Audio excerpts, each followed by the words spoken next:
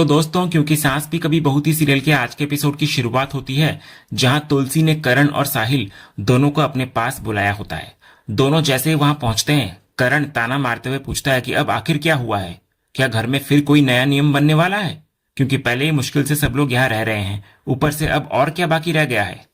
करण की बात सुनकर तुलसी भी बिना देर किए उसको करारा जवाब देती है। वो कहती है कि उसके सामने तो दोनों की जुबान और दिमाग खूब चलता है, लेकिन जैसे ही घर के बाहर की बात आती है, ना जुबान काम करती है और ना ही अक्ल। फिर वो खास तौर पर साहिल की तरफ देखकर कहती है कि आखिर उसकी समझ बाहर जाते ही कहाँ चली जाती है। तो साहिल हैरानी से पूछता है कि आखिर बात क्या हुई है। इस पर तुलसी गुस्से में फट पड़ती है और कहती है कि उसने दोनों को इसलिए बुलाया है क्योंकि दोनों ने बहुत बड़ी गलती की है। वो जोर से डांटते हुए पूछती है कि तृप्ति के साथ काम करने का फैसला आखिर किस सोच से लिया गया।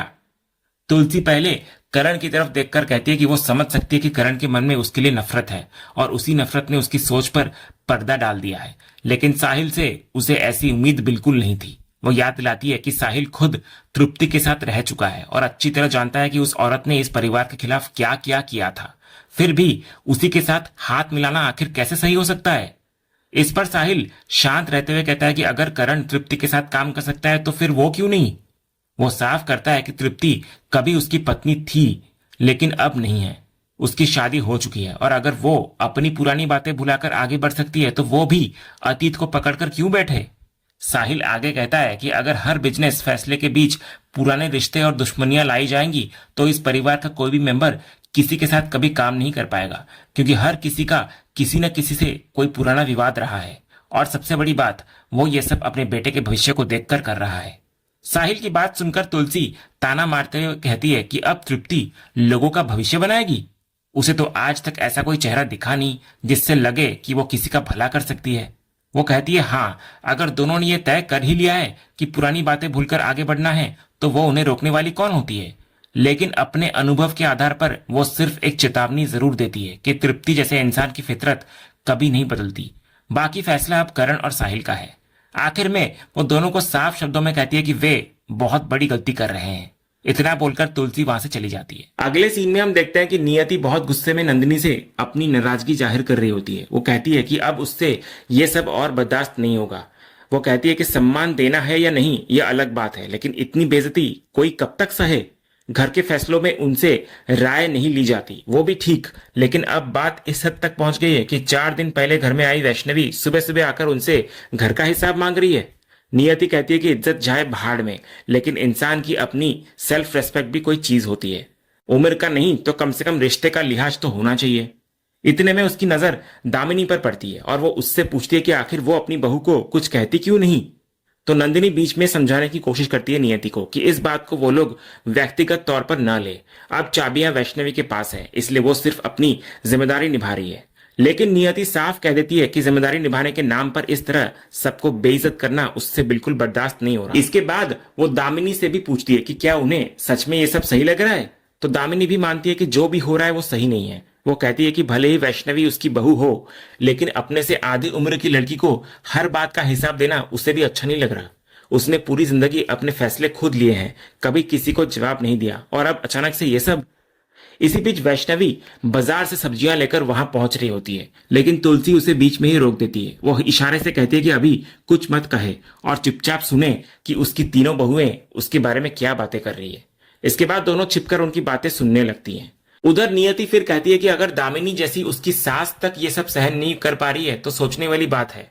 वो नंदिनी को कहती है कि वो बहुत शांत स्वभाव की सोबर टाइप है, इसलिए खुलकर कुछ कह नहीं पाती, इसलिए अभी भी वो कुछ नहीं कह रही। इस पर नंदिनी कहती है कि ऐसा नहीं है। फिर वो मानती है कि अपने से छोटे से हिसाब देना किसी को भी अच्छा नहीं लगता, लेकिन चाबियां अब वैष्णवी के पास है, इसलिए जिम्मेदारी निभाने के लिए उसे ये सब करना ही पड़ेगा। अगर उनकी जगह वे खुद होती तो वो शायद वही करती। दामिनी कहती है कि करती जरूर, लेकिन तब जब उम्र और अनुभव उस जिम्मेदारी के लायक होता। आखिर सास होने के नाते कुछ अधिकार भी होते हैं। नियति भी हामी भरते हुए कहती है कि वैष्णवी अभी बहुत छोटी है, उसने आखिर कब घर चलाया है। इतने सालों से घर संभालने का अनुभव तो उन लोगों के पास है। नंदिनी भी मानती है कि अनुभव के मामले में वैष्णवी उनसे बहुत पीछे है, जबकि दामिनी कहती है कि रिश्ता अपनी जगह है, लेकिन जो गलत है उसे गलत ही कहा जाएगा। उधर तुलसी और वैष्णवी ये सारी बातें सुनकर वहां से मुस्कुराते हुए निकल जाती हैं। इधर नियति अब भी गुस्से में कहती है कि वैष्णवी अब अपनी हद पार कर रही है। इसके बाद तुलसी वैष्णवी को एक तरफ ले जाकर मुस्कुराते हुए कहती है कि आखिर तीनों ऊंट एक ही पहाड़ के नीचे आ ही गए। वैष्णवी हैरान होकर पूछती है कि लोग उसकी बुराई कर रहे हैं और वो खुश हो रही है। तो तुलसी मुस्कुराकर कहती है कि वो यही तो चाहती थी। इतने सालों बाद उसकी तीनों बहुएं पहली बार एक साथ बैठी। चाहे बात वैष्णवी की शिकायत की ही क्यों ना हो, लेकिन कम से कम वे एक जगह तो आई। वैष्णवी चिंता जताती है कि इस तरह तो तीनों उससे नफरत करने लग जाएंगी। तब तुलसी अपना पूरा प्लान समझाते हुए कहती है कि इतने सालों से जो तीनों एक दूसरे से लड़ रही थी, उन्हें एक साथ लाने का यही एक तरीका था। जब तीनों की दुश्मन एक होगी तभी वे एक होंगी।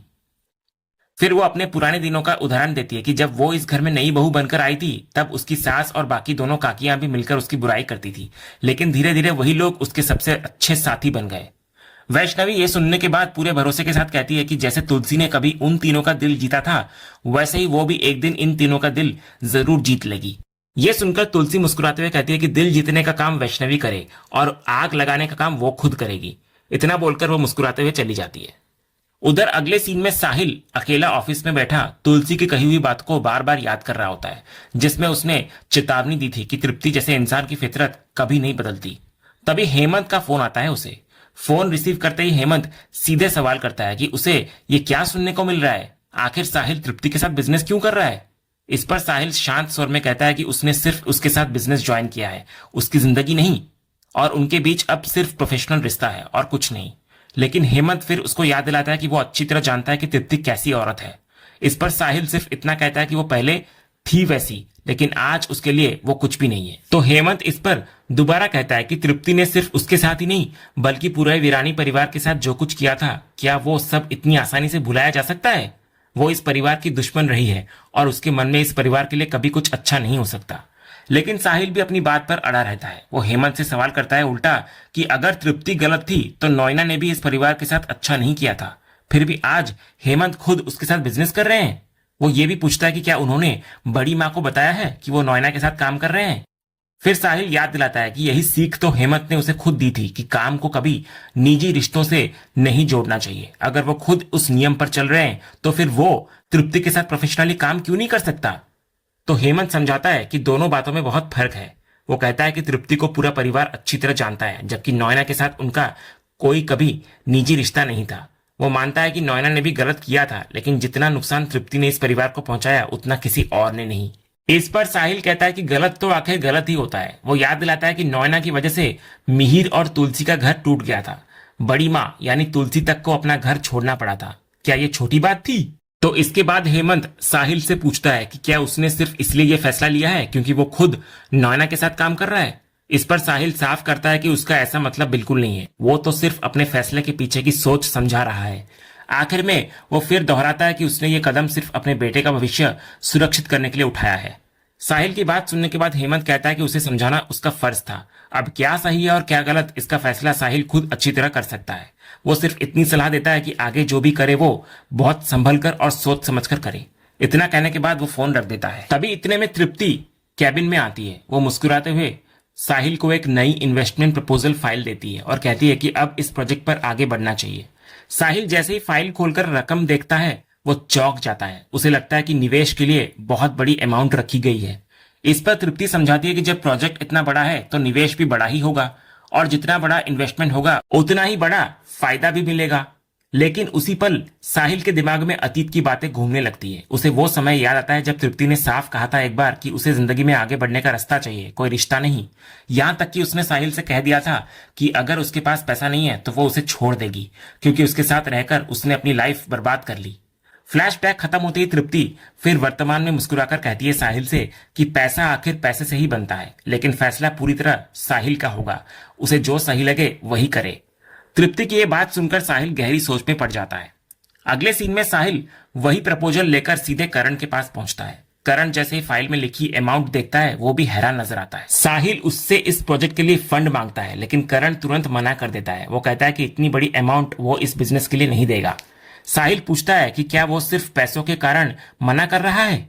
तो करण साफ कहता है कि बात पैसों की बिल्कुल नहीं है। अगर साहिल किसी और बिजनेस के लिए हेल्प मांगता तो वो बिना एक पल सोचे पूरी रकम दे देता, लेकिन यहाँ बात तृप्ति की है, इसलिए उसे उस पर बिल्कुल भरोसा नहीं है। साहिल फिर समझाने की कोशिश करता है कि इस डील में सिर्फ तृप्ति नहीं बल्कि उसका नाम भी जुड़ा है, वो सिर्फ बिजनेस के लिए ये सब कर रहा है। लेकिन करण अपनी बात पर कायम रहता है। वो कहता है कि जब उसने दास गुप्ता के साथ हाथ मिलाया था तब उसे पता ही नहीं था कि तृप्ति उसकी वाइफ है। उसका रिश्ता सिर्फ दास गुप्ता के साथ है, तृप्ति उसके लिए आज भी कोई मायने नहीं रखती।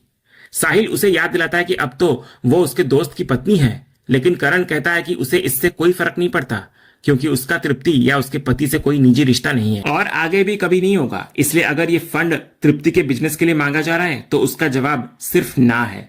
तो करण का अंतिम फैसला सुनने के बाद साहिल बिना कुछ कहे अपनी फाइल उठाता है और वहां से चला जाता है। अगले सीन की शुरुआत होती है नंदिनी से, जो चुपके चुपके तुलसी के कमरे में आती है। उसको देखकर तुलसी हल्के फुल्के अंदाज में पूछती है कि आज अचानक उसके कमरे में कैसे आना हुआ, क्या करण घर पर नहीं है?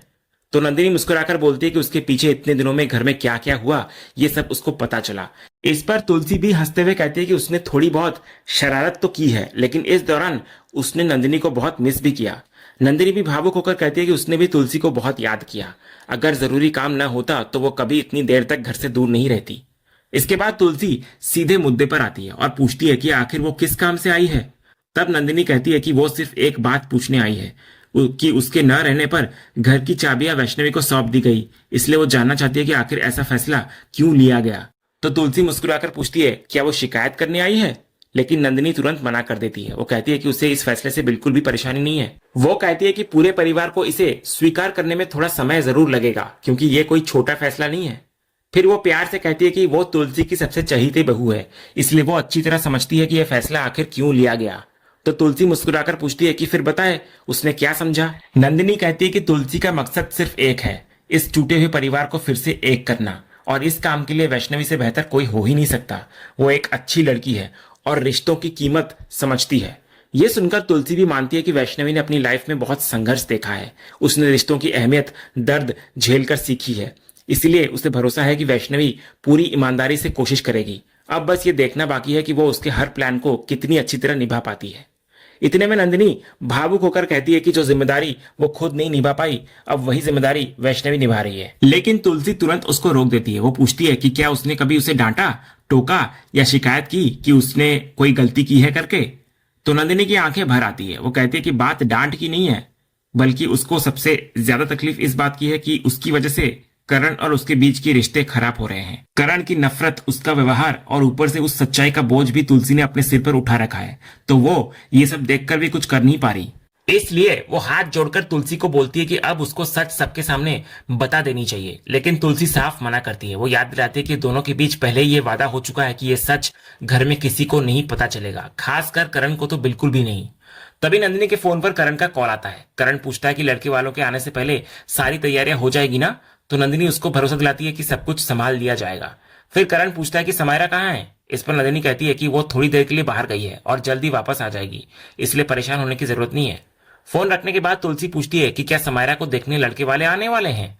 तो नंदिनी कहती है कि करण ने अपने एक दोस्त के बेटे का रिश्ता पसंद किया है, वो परिवार काफी अच्छा और सम्मानित है, वो खुद भी उन्हें अच्छी तरह जानती है। तब तुलसी गंभीर होकर कहती है कि रिश्ता तय करने से पहले एक बार समायरा से भी पूछ लेना चाहिए कि वो क्या चाहती है। लेकिन नंदिनी पूरे विश्वास से कहती है कि समायरा को पहले ही लड़के के बारे में सब कुछ बता दिया गया है।